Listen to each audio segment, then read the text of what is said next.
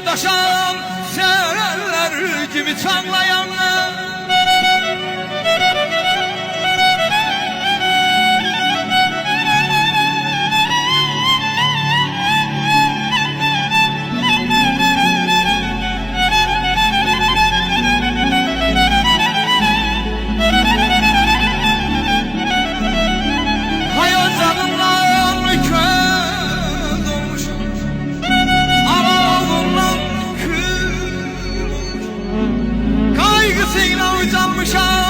Özelime bağlayan ben, Füzuli ağlayan ben.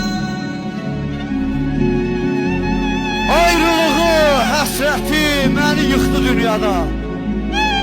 Füzulim mənim üçün bir paytaxtdır dünyada. Bu eldən, ay firət, bu ovadan vallah yoxdur dünyada. Allah'ın pis gününə, sevindim xoş çağına. Canım qurbandı mənim Füzuli torpağına. Cavanları, gençleri saxtı, dəyanətlidir. Qocası, ağsaqqalı, pirdi, səxavətlidir. Suyu, daşı, havası, qızıldan qiymətlidir. Heyranam ay məhərrəm, heyranam bu diyarın. Cavanına, qocasına canım qurbandı mənim Füzuli torpağına. Eşq olsun. Sevin yayın Azeri oğlu bu şendi ya.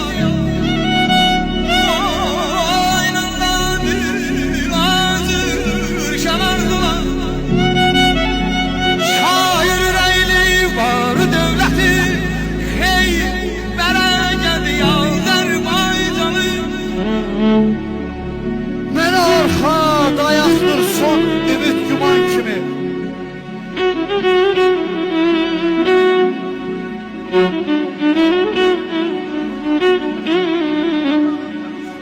Müzik